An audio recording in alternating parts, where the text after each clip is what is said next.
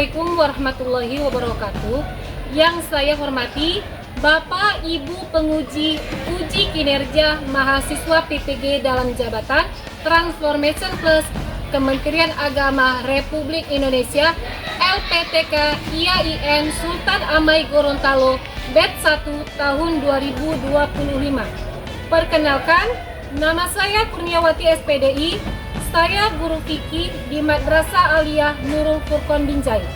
Saya adalah mahasiswa pendidikan profesi guru dalam jabatan Kementerian Agama Republik Indonesia Batch 1 tahun 2025 di LPTK IAIN Sultan Amai Gorontalo dengan NIM 24712506646.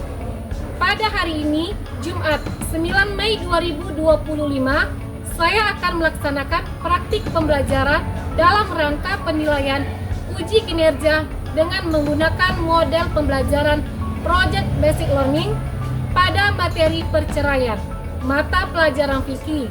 Terima kasih, mohon arahan bimbingan dan selamat menyaksikan. Wassalamualaikum warahmatullahi wabarakatuh. Assalamualaikum warahmatullahi wabarakatuh. Waalaikumsalam warahmatullahi wabarakatuh. Apa kabar anak ibu? Alhamdulillah. Sebelum belajar kita doa dulu ya. Ayo ke kelas, pimpin doanya. Doa.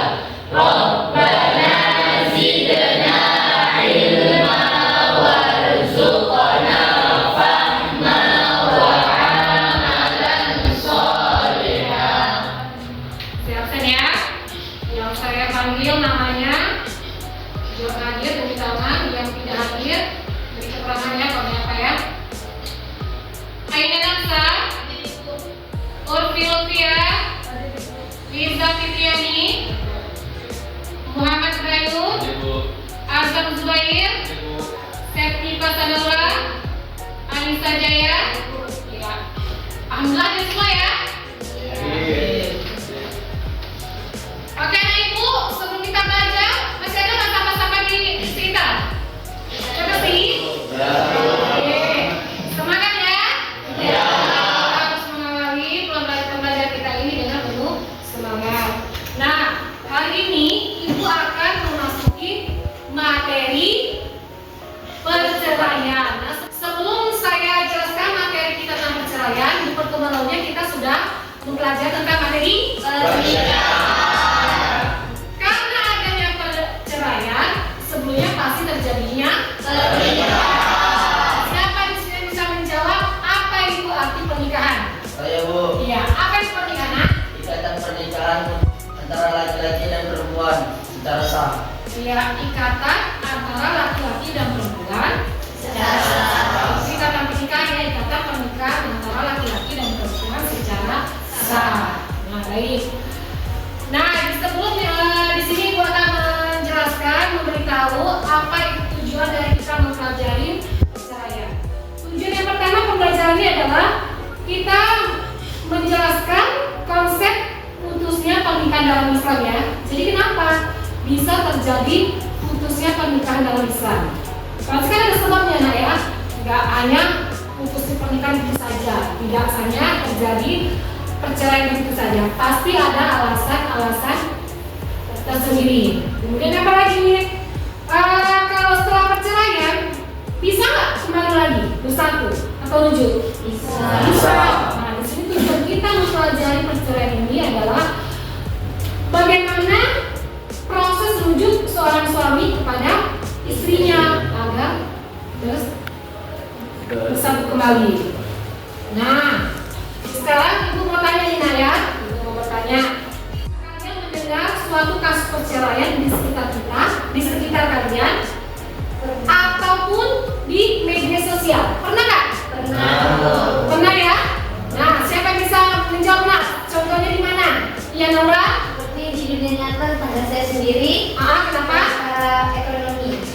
Oh, jadi perceraian itu terjadi karena faktor ekonomi. Yang pernah mendengar kasus perceraian di media sosial siapa? Saya Bu. Farel. Oke. Di mana tuh, di media sosial mana? TikTok Bu. Di handphone ya? Yo. Oke, apa tuh kasusnya? Karena perselingkuhan Bu. Karena Perselingkuhan. perselingkuhan. Jadi putus perceraian itu karena adanya kasus Perselingkuhan. Boleh nggak itu selingkuh? Enggak. Nggak boleh ya? Tidak boleh. Nah, anak ibu, ya ke depan ya. Di sini ibu akan membahas materi Perceraian. ya. Nah, secara data ya, data perceraian di Indonesia itu jadi dijelaskan bahwasannya semakin tahun kasus perceraian itu semakin meningkat, semakin bertambah, yang disebabkan oleh macam-macam faktor ya, ada faktor perekonomian, faktor perselingkuhan, faktor ketidakcocokan, dan yang lainnya. Sedangkan pengertian perceraian dalam hukum kompilasi hukum Islam pasal 7 menyebutkan bahwasannya perceraian adalah ikrar seorang suami di hadapan hukum pengadilan agama yang menjadi salah satu sebabnya putusnya perceraian. Paham sampai sini? Di dalam surah An-Nisa ayat 150 dikatakan bahwasannya, dan jika keduanya bercerai, maka Allah akan memberi kecukupan kepada masing-masing dari karunia-Nya, dan Allah Maha luas karunia-Nya, dan Allah Maha bijaksana. Nah, jadi sebenarnya Allah itu membolehkan perceraian, tetapi Allah juga sangat membenci perceraian. Nah, sekarang kita masuk hukum talak, ya, hukum perceraian. Yang pertama adalah suami yang menjatuhkan talak, ada ikatan pernikahan yang sah dengan istri. Jadi yang menjatuhkan talak itu adalah seorang suami. Kalau seorang suami menyatakan satu kali aja ucapan dengan sadar, Dek, mulai hari ini kita cerai. Dek, hari ini kamu saya talak. Itu dosa. Tapi kalau seorang istri mau sampai 100 kali perempuan bilang, Bang, kita cerai, hari ini kita cerai Bang, nggak bisa, kita masih jadi suami istri. Dia bisa menalak. Itu adalah suami ya, suami, istri tidak bisa. Nah, jadi sekarang kita memasuki macam-macam talak. Ya, jadi talak itu ada macam-macam. Nah, kalau talak ditinjau dari proses menjatuhkannya, yang pertama itu secara tegas ya, yaitu mengucapkan kata talak ini secara tegas. Misalnya, Dek, mulai hari ini kita sudah bukan suami istri. Tegas. Yang kedua, secara sindiran. Bisa kita menceraikan seorang istri secara sindiran ya. Contohnya bagaimana? Misalnya, Dek, mulai hari ini kamu saya pulangkan ke rumah orang tua. Itu juga sudah merupakan kata talak. Kalau talak dengan isyarat, bisa ya. Jadi talak dengan secara isyarat itu adalah dilakukan dengan orang yang dia tidak bisa bicara. Boleh bisa secara isyarat. Nah, kalau ditinjau dari segi jumlahnya, ada talak 1, talak 2, dan talak 3.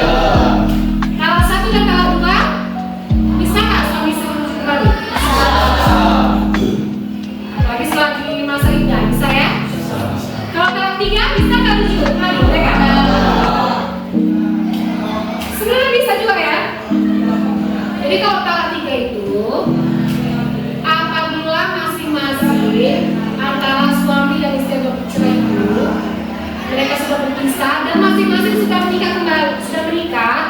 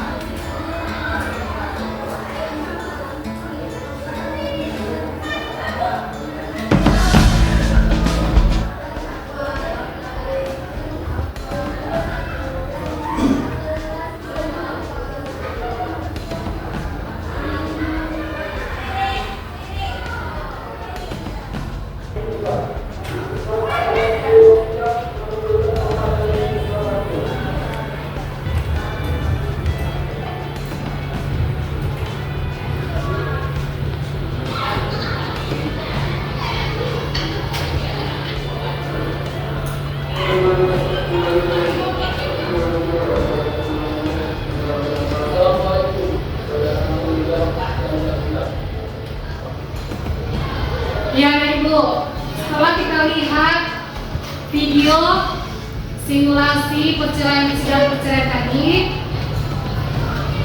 Adakah yang ingin ditanyakan? Ada? Namanya Iya.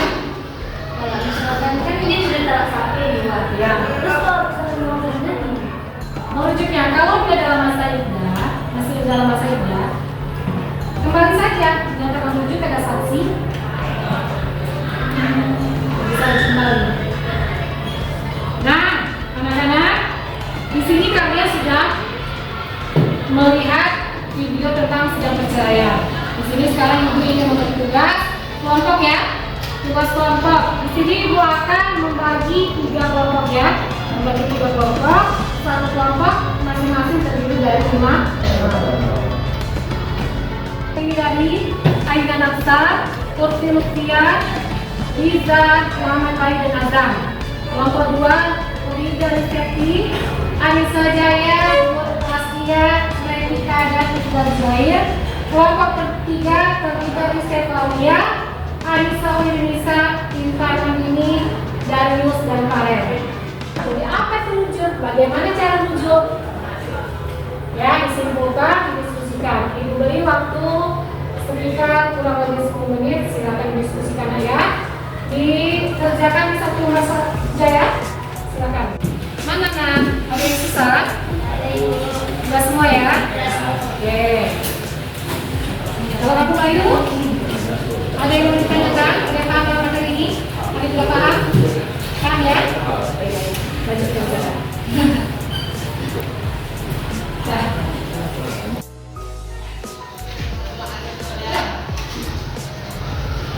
Selesai Ibu? Kita satu persatu tiap kelompok akan kita mempresentasikan ya. Sekarang Ibu persilakan kelompok 1 untuk mempresentasikan hasil diskusi kalian.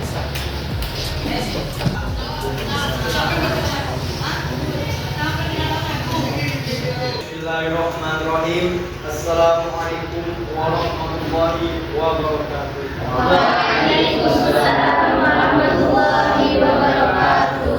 Kami dari kelompok 1 akan mempresentasikan dengan judul Putusnya Pernikahan.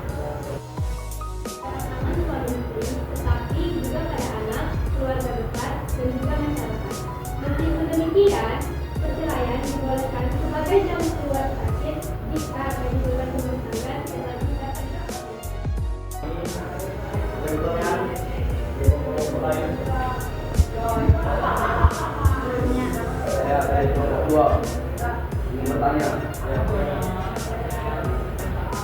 Sahkah cerai hanya dikatakan oleh seorang suami kepada istrinya?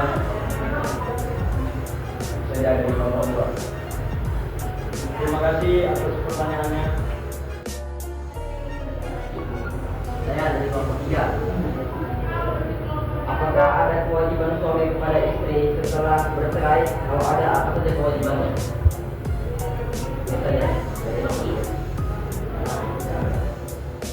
Pertanyaan yang kedua akan saya jawabkan.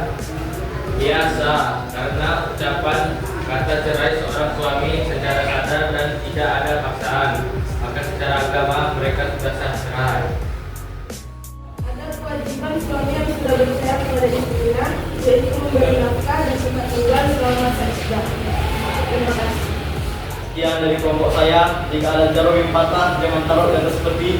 Jika ada kata-kata saya yang salah, tolong jangan bawa ke tempat. Akhir kalam, dari Taufik wal Hidayah. Assalamualaikum warahmatullahi wabarakatuh. Kemudian Ibu, alhamdulillah kita dari masing-masing kelompok, dari kelompok 1, kelompok 2, kelompok 3 sudah melakukan presentasi masing-masing ya. Nah, di sini saya akan memberikan kekuatan materi lagi ya tentang perceraian. Jadi ingat saya, perceraian itu sangat dibenci oleh Allah, tetapi juga Allah membolehkan. Nah, ingat apabila seorang suami itu menceraikan seorang istri, masih ada kewajiban dari laki-laki kepada si perempuan, yaitu tetap menafkahi si perempuan selama perempuan itu dalam masa iddah. Baik juga tempat tinggal, ya tempat tinggal juga harus disediakan. Kemudian, apalagi kewajibannya jika sudah bercerai?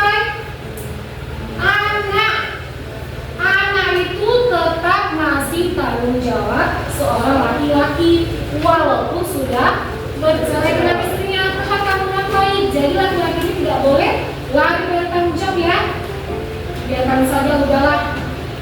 Boleh ya? Oke, mungkin sampai sini ada ibu? Ada yang ditanyakan lagi? Jelas semua ya? Alhamdulillah. Jadi sebelum saya tutup pelajaran hari ini, di sini saya akan menyampaikan. Hari ini kita sudah mempelajari tentang materi perceraian. Nah, di minggu depan kita akan membahas tentang huluk ya. Apa itu huluk ya? Huluk ini masih bersangkutan dengan materi perceraian ya. Jadi di bab selanjutnya kita akan memasuki materi huluk yang masih berkaitan dengan perceraian. Oke, sampai sini pertemuan kita. Saya kirim. Assalamualaikum warahmatullahi wabarakatuh.